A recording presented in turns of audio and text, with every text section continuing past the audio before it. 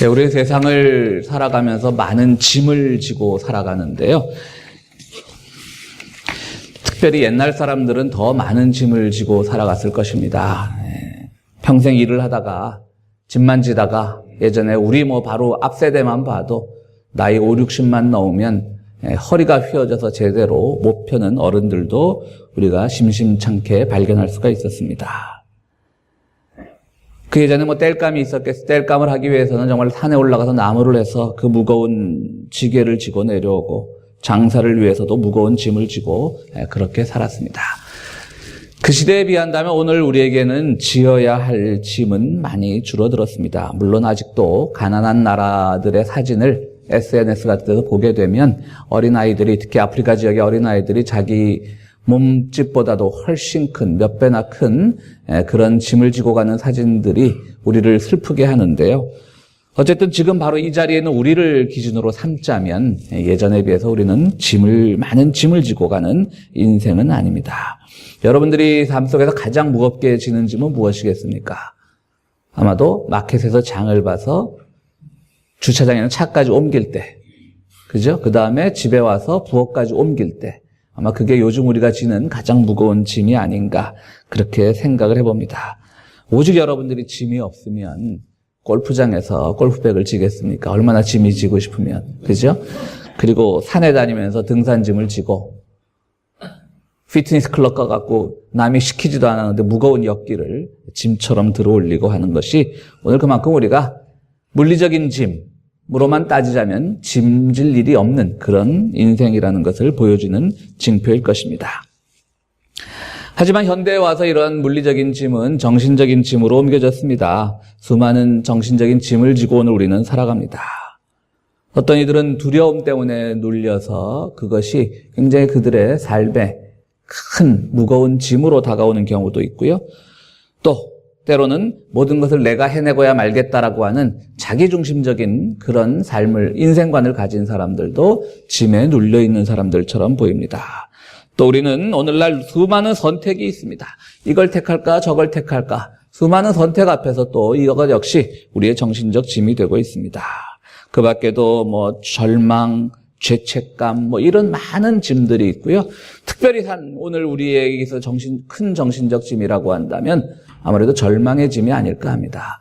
분명히 세상은 발전하면서 우리들에게 마치 앞으로 나가면 큰 희망이 있고 꿈이 있는 것처럼 보랏빛 희망을 제공하는 것 같지만 실제로 오늘 우리의 현실에서는 그 희망을 따라가다 보면 아무것도 남지 않는 신기루와 같은 현실이 실제로 일어나고 있지 않습니까? 세상은 마구 편해지고 세상에서 생산하는 재화의 양은 마구 많아지는데 실제로 그걸 누릴 수 있는 사람들은 오히려 적어드는, 그 많은 재화가 다 어디로 갔냐면 더 적은 사람에게로 집중되는, 그래서 우리는 환상에 빠지게 됩니다. 세상이 생산한 재화의 양이 이렇게 많아지니까 나의 삶에도 그만큼 늘어나겠거니 하지만 중산층들의 삶은 더욱더 팍팍해지고 그 많게 생산되는 재화는 더 특정한 세력에게로 집중되는 것이 오늘 우리가 사는 세상입니다. 그러므로 우리가 가지는 이 희망 속에서 많은 사람들은 그 희망이 진짜로 있는 희망인 줄 알고 나도 조금만 더 노력하고 고생하면 저렇게 될 수 있을 거야 라고 하는 사람들이 있는가 하면 모든 것을 포기해버리고 절망으로 빠져드는, 그래서 더 이상 우리 세계에는 희망이 없다라고 하는 그런 사람들도 또한 있는 겁니다. 다 무거운 짐들입니다. 거짓 희망이 진짜 희망인 줄 알고 쫓아가는 사람들도 정신적인 짐에 매여 있는 사람이고요. 그럼에도 불구하고 우리가 주님을 믿는다라고 하면 어떠한 상황에서도 희망의 끈을 놓치지 말아야 되는데 일찌감치 좌절해서 절망해버리는 그런 경우도 우리가 또 오늘 이 현대사회에서 지고 가는 절망의 짐이라고 할 수가 있을 것입니다. 예수님 당시의 사람들은 물리적 짐과 정신적 짐을 다 지고 있었습니다. 2000년 전 팔레스타인의 그 사람들이 얼마나 많은 짐을 지고 살았겠습니까? 특별히 그 시대는 로마에 의해서 압제를 받던 시대입니다. 많은 무거운 짐들, 강제 노역이 있었을 것이고요. 또 그들이 생활을 위해서 져야 되는 짐들도 엄청 많이 있었을 겁니다. 그런데 이스라엘 땅은 그 짐만 있었습니까? 이 정신적 짐이 있었어요. 종교적 짐이 있었어요. 그냥 뭘 하나 하려고 그래도 율법을 따져봐야 되는 거예요. 그냥 살기도 힘든데, 삶도 퍽퍽한데, 그 제사장들이나 서기관들, 속된 말로 하면 팔자 좋은 사람들이 너 이거 어겼잖아. 이건 어디 율법, 레위기 어디 어긋난 거야. 이건 어디 어긋난 거야. 얼마나 그 스트레스를 받겠어요. 내가 이렇게 땀 흘려 고생하고 짐지고 살아갔는데도 나에게 돌아오는 것이라고는 너는 죄인이야. 너는 잘못해서 율법을 어겼어. 얼만큼 너는 그 율법을 어겼기 때문에 정결 예식을 거쳐서 네가 깨끗해져야 돼. 이런 정신적 짐, 종교적 짐 때문에 얼마나 힘들었겠어요. 참 그 시대의 사람들 생각하면 참 때로는 너무나 가슴이 아프고 그렇습니다. 그러니까 사람들은요, 이런 짐들을 다 떨쳐내기 위해서 광야로 모여드는 겁니다. 근데 예수님보다 조금 앞선 시대에 세례 요한이라고 하는 사람의 광야에서 막 선포를 하는 거예요. 세례 요한의 가르침은 그렇지 않았지만 많이 쫓아다니는 사람들은 대부분은 그냥 짐을 벗고 싶은 거예요. 거기서 그냥 풍찬 노숙을 하고 제대로 먹지 못해도 이 정신적 짐이나 종교적 짐으로부터 또 물리적 짐으로부터 헤어나오고 싶었던 거죠. 그러니까 세례 요한을 쫓아다닙니다. 요즘 말로 하면 세례 요한은 굉장히 자연주의적인 삶을 사는 거죠.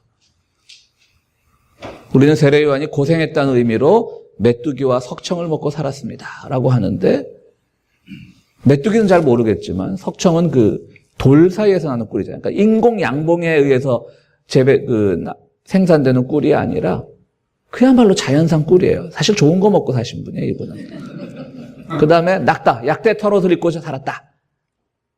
이거 인공 모피가 아니거든요. 실제 모피거든요. 그러니까 몸에도 굉장히 좋은 거예요. 그러니까 이분은 고생을, 하여튼 자연주의적인 삶을 사는 분이에요. 그러면서 인간들에게 회개를 요구하고, 그러나 광야에 떨어져 있어요. 그러니까 예수님도 처음에는 세례 요한 제자로 들어갔다 보니까 이건 아닌 거예요. 세상이 험하면 험할수록 세상 속으로 다시 들어가서 그들이 진 짐을 정확하게 파악하고 그 짐이 주는 무게를 정확하게 그 무게와 싸우면서 정말 이 짐을 어떻게 덜을 것인가를 생각하고 고민하고 기도해야 되는데, 세례 요한이 꼭 그랬다는 건 아니지만 세례 요한을 따라다니는 사람들을 보면 조금 너무나 자꾸 현실과 격리되고 소외되는 그러한 삶을 사는 것 같으니까 예수님은 그 그룹에서 뛰쳐나오신 거죠. 그래서 세상 속으로 들어간 겁니다. 가버나움으로 들어가시고 갈릴리로 들어가시고 나사렛으로 들어가시고 뛰쳐나온 겁니다. 그래서 주님은 이 민중들이 지고 있던 그 짐이 무엇인가를 정확하게 보기를 원하셨던 것이죠. 그러면서 오늘 이런 말씀을 하는 것입니다. 수고하고 무거운 짐진 자들아 내게로 와라. 내가 너희를 쉬게 하리라. 수고하고라는 말은요, 이 코피아오라는 말로 능동형으로 쓰였습니다. 그러니까 자기의 것을 채우기 위해 쉬지 않고 일한 결과 피곤하고 지친 상태를 의미합니다. 수고한 사람들은 정말 수고하는 거죠. 먹고 살아야 되니까 땀 흘리고, 또 무거운 짐이라고 할 때 무겁다는 말은요, 포르티조라고 해서 타인에 의해서 마지못해 짐을 지고 있는 사람들입니다. 다른 사람들에 의해서 짐지어진 것이죠. 그것은 정신적 짐일 수도 있고 종교적 율법의 짐일 수도 있고 로마에 의한 압제에 의한 짐일 수도 있고, 농민의 입장에서 보면 귀족이나 그들의 사용자에 의해서 지어진 짐일 수도 있는 거예요. 그러니까 자기가 살기 위해서 진 짐이든 아니면 강제로 지어진 짐이든 그 짐진 자들은 다 예수님께로 와라. 내가 너희를 쉬게 하겠다라고 하는 겁니다. 얼마나 우리들에게 위로가 되는 말씀입니까? 그런데요, 참 아름다운 말씀이죠. 주님께서 우리를 쉬게 하신대요. 근데 그 다음 보면 뭐죠? 쉴 만큼 쉬었지? 자, 이제 내 거 대신 져. 이러시는 거예요.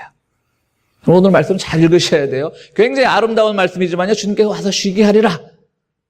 그래서 우리는 그런 누가 막 내가 힘든 일을 하고 있는데, 고생스러운 일을 하고 있는데 나에게 쉬라고 하면 어떤 생각을 하겠어요? 야, 진짜 쉬어도 되나 보다. 한국 남자들 군대 가서 소대장들이 막 일 시키다가 잠시 휴식 그러면은 야, 쉬어도 되나 보다 그러는데 휴식 중에 또 딴 일을 시키고 그런 것처럼 많은 사람들은 진짜 쉬게 하나 보다 생각을 하는 거예요. 아마 예수님이 내 짐을 대신 져주나 보다 이렇게 생각을 하는데, 오늘 본문 말씀을 보면 뭐라 그러냐면, 우리가 그 괄호 안에 있다고 생각을 하고요. 자, 쉴 만큼 쉬었지? 이제 내 짐 지고 나를 따라와봐. 내 짐은 니들이 그동안 지고 있던 짐보다는 편하고 쉬울 거야 라는 거예요. 그러니까 주님은요, 짐을 아예 버려라. 짐을 내려놓아라. 내가 대신 져주겠다 이게 아니에요. 내가 매는 법을 배우고 따르라고 하는 거예요. 어떻게 보면 좀 주님께 이런 말씀하기는 그렇지만 좀 속았다는 의미도, 완전 쉬게 해주겠다는 의미가 아니라 내 짐을 대신 져라 라고 하는 것이죠. 그러나 물론 위로의 말씀을 하십니다. 내 멍에는 편하고 내 짐은 가볍다라고 말이죠. 도대체 이게 무슨 의미일까요? 물론 우리가 성서신학적으로만 보자면 이것은 당시에 사람들이 많이 지고 있던 그런 율법의 짐으로부터 해방되는 예수님의 자유의 선포이기도 합니다. 우리는 그러나 오늘 이 말씀을 통해서 주님께서 주시는 우리의 삶에 주시는 의미를 좀 더 깊게 발견을 해야 될 것입니다. 일단 우리가 세상을 살아가면서 우리 어깨에 놓인 메인 짐만 내리면 참 편할 것이다 라고 생각한다면 그렇게 사는 방법은 꼭 주님을 따르지 않아도 많을 겁니다. 세례요한을 따르던 사람들처럼 자연주의적 삶을 즐겨도 되고요. 그럼 다 짐을 내려놓는 거죠. 먹고 살기 위해서 바둥바둥 되지 않고 어디 그냥 산속에 들어가서 전원주택 하나 지어놓고 세상과 딱 단절하고 인터넷도 다 끊고 스마트폰도 다 끊고 그럼 짐 없을 거라고요. 방법은 많습니다. 또 무소유의 삶을 즐겨도 되고요. 아무것도 가지지 않고 살겠다. 그럼 벌 생각도 하지 않으니까 짐을 내려놓을 수 있을 겁니다. 요즘 그래서 많은 현대인들이 지쳐서 어디에 빠져듭니까? 명상, 기. 또 우리 한국마켓 앞에 가다 보면 요새 막 나눠줘요. 교회 전도지보다 더 많이 받는 게 뭐냐면 마음 수련, 마음 공부. 저는 그런 데 관심이 없지만 그런 걸 해보면 분명히 우리가 가벼워질 거예요. 많은 번민과 고뇌로부터 해방될 거라고요. 그런데 또 뒤집어 생각해보면 한동안 명상에 빠지고 마음 수련에 빠지고 기에 빠지고 이랬던 사람들이 끝까지 가는 경우는 없어요. 무슨 말일까요? 우리가 살아가는 목표에서 무조건 우리 몸이 가벼워지고 우리 짐이 우리 어깨에서 내려주는 것만이 능사가 아니라고 하는 것이죠. 주님께서 오늘 바로 그 말씀을 하신 거예요. 내가 다 너네 짐 치워줄게, 내가 대신 져줄게, 이게 아니에요. 같이 지고 가자라는 거예요. 같이 지고 가자. 그동안 져왔던 짐은 내려버리고 나랑 같이 지자는 거예요. 너네 앞으로 평생 아무 짐도 안 져도 돼, 이게 아니에요. 평생 쉬어도 돼. 가볍게 살아. 무소유로 살아. 자연주의적으로 살아. 마음 수련하면서 살아. 이게 아니라는 거예요.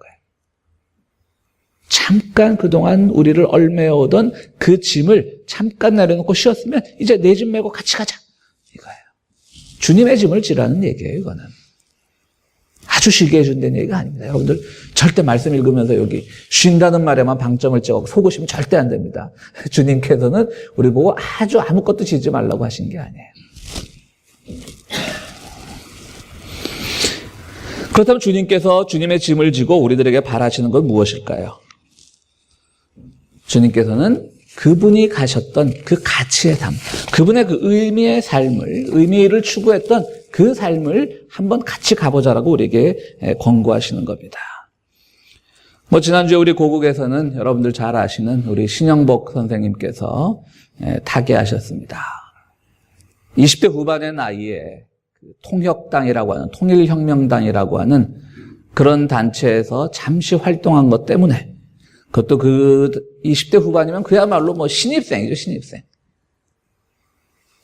그것 때문에 사형 선고를 받았다가 무기로 감형됐다가 세상이 좀 좋아진 다음에 20몇 년 만에 추록을 하시게 되었죠. 그러면서 참 꼼꼼하게도 그 안에서 쓴 모든 편지나 수필들을 모아서 제일 처음으로 내놓은 책이 감옥으로부터의 사색이지 않습니까? 우리 교회 도서관에도 신영복 선생 책이 한 서너 권 정도 있는데요.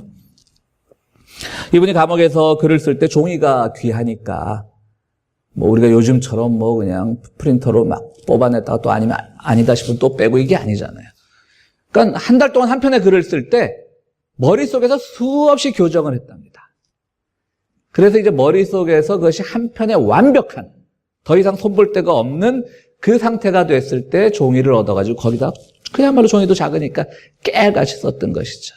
그러니까 얼마나 그분의 그 삶에 그 아픔과 고통과 정말 짐들이 다 거기에 묻어놨겠어요. 그러다 보니까 이분이 추록하자마자 거의 50을 바라보는 나이에 추록한 거죠. 20대 후반 30을 바라보는 나이에 들어갔다가. 그러니까 거기에 많은 참 주옥 같은 글들이 많이 있습니다. 저도 신영구 선생의 책을 많이 읽어봤지만 요즘 돌아가시면서 또 그분이 남긴 여러 가지 좋은 글들이 특별히 더 강조가 되는데요. 이분은 지식을 높이지 말고 생각을 높이라고 얘기합니다. 이분 감옥에서 얼마나 책을 많이 읽었겠어요? 근데 지식을 높이지 말고 생각을 높이라는 거예요. 지식을 높이면 머리만 무거워진다는 그런 의미겠죠. 짐이 돼요. 그렇다고 책을 안 읽어서는 안 되는 것이죠. 우리가 책을 읽으면서 지식을 쌓아야 되는데 이게 지식에만 머물러 버리면 짐이 되니까 이분은 어떻게 더 높은 생각을 할 수 있는가. 생각을 높이라는 말을 하는데 저는 그 말을 참 감명 깊게 들었습니다. 또 이분은 머리에서 이제 생각을 했을 거 아니에요. 그럼 머리에서 가슴까지 오는 길이 참 멀다고 합니다. 그러니까 이제 읽었는데 그것이 가슴에 어떤 때로는 열정으로, 때로는 분노로, 때로는 어떤 새로운 희망을 제시하는 사건으로 작용을 해야 되는데 마음까지는 잘 안 오는 거죠. 가슴까지는. 그러니까 이분은 머리에서 가슴까지 오는 길이 참 멀다라고 얘기를 했는데요. 이분은 또 하나의 길을 얘기합니다. 그 다음에 어디로 가야 되느냐? 가슴에서 발까지 가야 된다는 거예요. 그러니까 책을 읽고 지식만 쌓는 것이 아니라 생각을 높게 하고 그 생각이 가슴으로 와서 열정으로 나타나야 되는데 그냥 요즘 왜 우리 인터넷 젊은 세대들은 왜 키보드 워리어라는 사람들이 있어요. 그러니까 그냥 키보드에서만 전사해요. 싸움꾼이. 이 세상이 이래서는 안 된다 그러고 막 댓글 달고 막.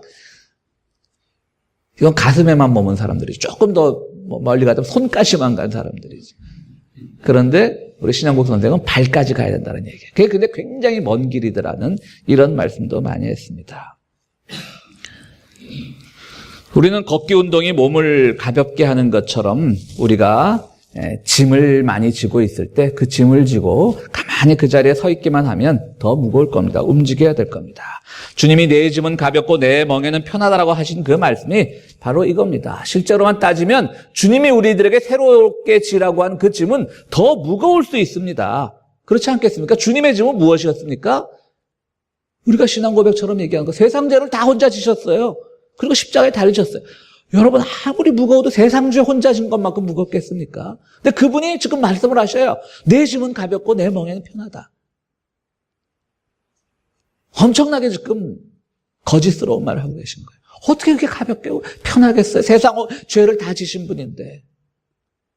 그런데 그분은 왜 편하냐면 움직여야 된다는 거죠. 실천해야 된다는 거죠. 말씀드렸듯이 가만히 짐을 지고 한번 무거운 짐을 지고 그 자리에만 서 있어 보세요. 얼마나 힘들겠어요. 움직이면 더 그것이 가볍게 느껴질 때가 있어요. 주님 말씀하십니다. 그동안 너희들이 지었던 짐은 뭐냐면 그냥 율법에서 이렇게 하지 마라 이러다 보니까 내가 정신적으로 막 고민만 되고 얼마나 그 인생의 짐이 무거우냐. 이제는 나와 함께 같이 가자는 거예요. 그 멍에라는 것도 그런 의미가 생각이 돼요. 멍에란 결국 소가 짐을 끌 때 하는 장치잖아요. 그 멍에를 보고 같이 걸어가자는 거죠. 같이 살아오자는 거죠. 같이 고민하자는 거죠. 결국 주님은 오늘 말씀은 뭐냐면요. 너희들이 가지고 있던 짐을 가치로 바꾸라는 얘기예요. 그것이 실제로 우리에게 인생을 억누르는 무슨 과거에 있었던 어떤 정신적 상처의 짐이 되었건 간에 두려움의 짐이 되었건 간에 절망의 짐이 되었건 간에 그것을 하나의 새로운 가치로 바꾸면 그 짐이 훨씬 가볍게 느껴진다는 거예요. 그렇게 해서 우리가 살아갈 때 정말 분명히 물리적인 무게로만 보면 정말 이 체중계의 제보 보면 저울의 제보면 훨씬 더 무거울 짐일 수 있지만 주님께서 주셨던 그 세상 죄라고 하는 짐은 그러나 그것을 우리가 가치로 바꾸어가지고 새롭게 정말 걸어갈 때 주님께서는 그 짐이 가벼워진다는 것을 느끼게 해주겠다. 왜냐하면 주님께서 같이 지시니까요. 그걸 우리들에게 말씀하시는 겁니다. 그런데 오늘 우리는 어떤 짐을 지고 있습니까? 심지어는 주님께서 내가 너희를 쉬게 하겠다는 그 말씀을 잘못 듣고 우리는 모든 짐을 주님께 맡깁니다. 종교적으로는 내 죄를 대신하였으니까 주님 다 지고 나 용서해 주세요. 자기 회개는 없고 자기 반성은 없고 다 그냥 기도 한번 하면서 주님께 다 맡겨버립니다. 안 그래도 2000년 지내진 세상 짐 때문에 무거우신 분 어깨에 계속 맡기고 있는 거예요. 또 무슨 짐 맡깁니까? 전 돈 짐을 막 맡겨요. 자, 주님이 내 인생에 내 돈 좀 지고 가세요. 안전하게 지켜주세요. 복짐을 막 지어줍니다. 주님께 그냥 내 복 좀 주님이 다 지고 가다가 내가 필요할 때마다 탁탁 던져주세요. 기도할 때마다. 이게 오늘 우리가 말하는 편히 쉬게 하리라는 개념이 아니라고 하는 것이죠. 주님의 가치는 그게 아니었다라고 하는 것이죠. 주님의 가치는 돈과 복에 있는 것이 아니라고 하는 것이죠. 바로 주님께서 오늘 나는 온유하고 겸손하니 나로부터 배우라고 하는 말씀이 바로 그 가치를 배우라고 하는 겁니다. 주님께서 추구했던 가치가 무엇이었을까? 러시아의 유명한 1900년대 초생이니까 지금은 고인이 되셨지만요. 유명한 그 지휘자 쇼스타코비치라는 사람이 있습니다. 우리가 음악을 좋아하지 않아도 하도 쇼스타코비치 하니까 그런 이름은 다 한두 번쯤은 들었으리라고 생각이 됩니다. 쇼스타코비치의 비밀이란 말이 있습니다.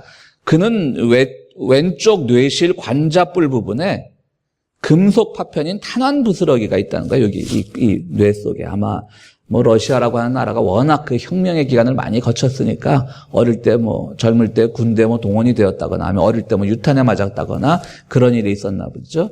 그래서 왼쪽 관자놀이에 여기에 금속 파편 탄환 부스러기가 있는데요. 그걸 검사를 해보니까 그 파편을 제거를 할 수도 있었대요. 러시아 의학, 당시 이제 의학. 어쨌든 20세기에 들어서니까요. 근데 쇼스타코비치는 그 파편을 제거하기를 원치 않았다고 합니다. 끝까지 제거하지 않았다고 합니다. 참 인체라는 게 신비한데요. 쇼스타코비치가 막 지휘자들이 얼마나 또 이 머리를 많이 쓰십니까? 우리 지휘자님도 그러시고요. 막 이렇게 하시잖아요, 이제.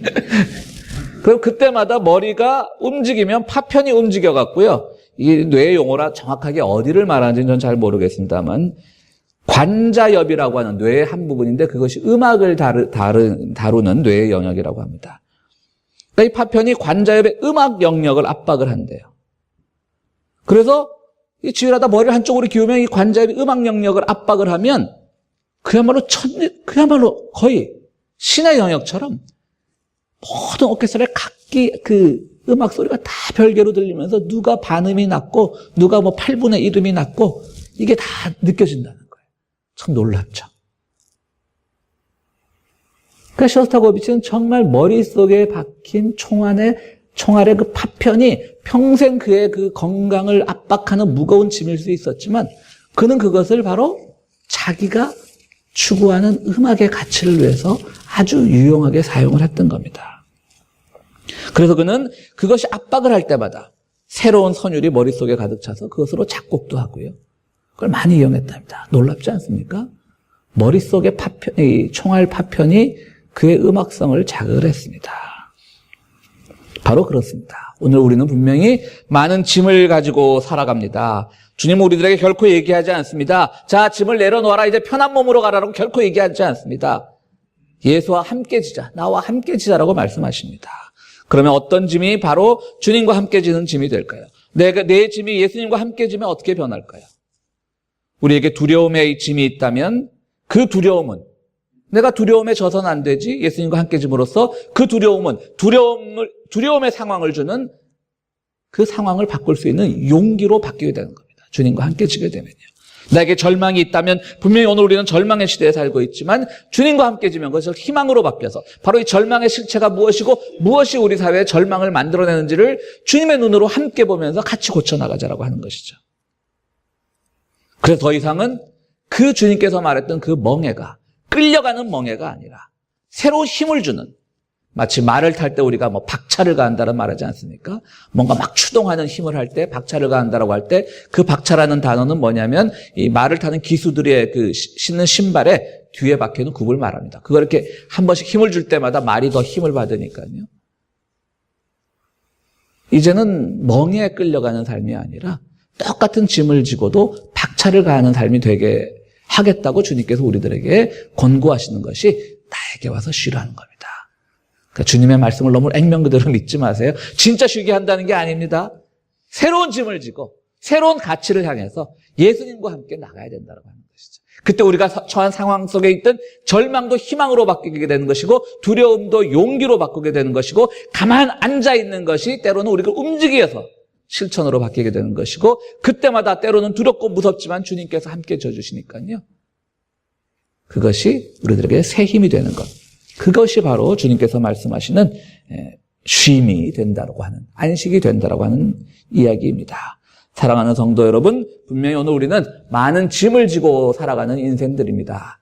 그러나 그 짐의 무게에 눌려서 너무 절망하지 마시고 주님께서 우리들에게 새롭게 함께 지자라고 권면하는 그 말씀을 받아들여서 바로 세상의 짐을, 세상의 그 압박감을 주님의 가치로 바꾸는, 주님의 의미로 바꾸는 그런 놀라운 결단을 하는 우리 성도님들이 되시기를 간절히 바랍니다.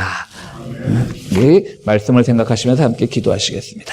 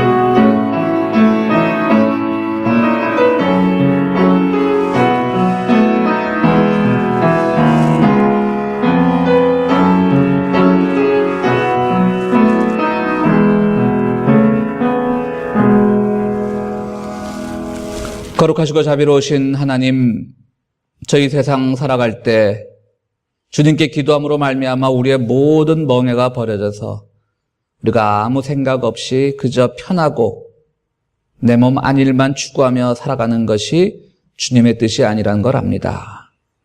주님께서 오늘 우리들에게 쉬라고 부르셨지만, 안식을 주겠다고 말씀하셨지만, 그것이 결코 우리가 세상에서 말하는 그 쉼과 안식이 아니라 바로 주님께서 가르쳐 주신 그 가치를 위하여 주님과 함께 멍에를 메고 걸어갈 수 있는 그러한 삶이란 걸 우리는 압니다. 그러나 나약한 우리들 여전히 우리 인생에서 주어지는 무게와 짐 때문에 힘들어할 때가 많이 있습니다. 주님, 저희들에게 용기를 주시옵소서. 그 짐을 주님을 향한, 주님께서 가르쳐 주신 그 가치를 향한 짐으로 바꾸어질 수 있는 우리가 될 수 있도록 늘 우리들에게 새로운 힘을 주시고 새로운 용기를 허락하여 주시옵소서. 아버지 하나님, 귀한 예물을 가지고 나온 손길들이 있습니다. 우리 세상에서 살아갈 때 노동이라는 짐을 통하여 얻은 소득의 일부 주님께 드릴 때에 우리가 그 일과 노동의 노예가 되지 않도록 도와주시고, 이 드림을 통하여, 이 비움을 통하여 주님의 생각을, 주님의 사랑을 닮아갈 수 있는 은총을 드리는 손길 위에 모두 전하여 주시옵소서. 예수 그리스도 이름으로 기도하옵나이다. 아멘.